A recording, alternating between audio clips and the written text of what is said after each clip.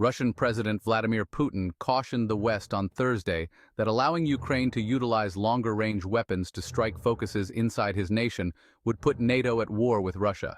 The unmistakable warning came as US and UK authorities discussed Kyiv's interest for them to ease rules on discharging Western weapons into Russia, more than over 2 years into Moscow's attack of Ukraine. Moscow, in the meantime, also claimed to have recovered an area of territory in its western Kursk region, where Ukrainian forces had made advances in recent weeks. Putin spoke after U.S. Secretary of State Antony Blinken assured that Washington would quickly review Kyiv's long-standing request for more room to use Western-supplied weapons to strike Russian targets. This would, in a significant manner, change the very nature of the conflict, Putin told a state TV journalist. It would mean that NATO countries, the U.S., European countries, are at war with Russia, he said. If that is the case, given the change in nature of the conflict, we will make the appropriate decisions based on the risks that we will face. Speaking at a press conference in Warsaw on Thursday, Blinken said the U.S. would change, will adapt as needed, including as to the means that are available to Ukraine to effectively defend against the Russian aggression. Kursk, counteroffensive.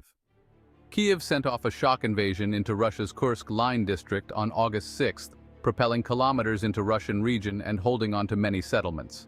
In any case, Ukrainian President Volodymyr Zelensky recognized that Moscow's soldiers were striking back. Moscow was taken aback by Ukraine's attack, the largest by a foreign army on Russian soil since World War II, as its third-year invasion drags on. Russia has demanded from the outset that it would remove Ukrainian soldiers from the area. Be that as it may, as of not long ago, it had all the earmarks of being on the back foot, marshalling a philanthropic reaction and emptying around 150,000 individuals. Units of the North gathering of troops freed 10 settlements in something like 2 days, Russia's Guard Service said on message. Speaking at a public interview in Kyiv, Zelensky said, Russians have sent off counteroffensive activities. He didn't give subtleties on the degree of Russian activities, however said the attack was all the while going in accordance with our Ukrainian arrangement. Ukraine's president of military Oleksandr Syrsky said in late August that Kyiv had held on to 100 settlements and right around 1,300 square kilometers or 500 square miles of Russian domain.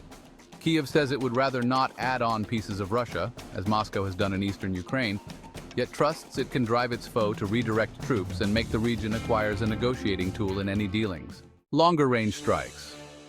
Kyiv believes greater adaptability should hit Russian runways and other military targets further from the forefronts that it says are vital to Moscow's attack. Washington presently approves Ukraine to just hit Russian focuses in the occupied pieces of Ukraine and some in Russian line districts directly connected with Moscow's battle activities.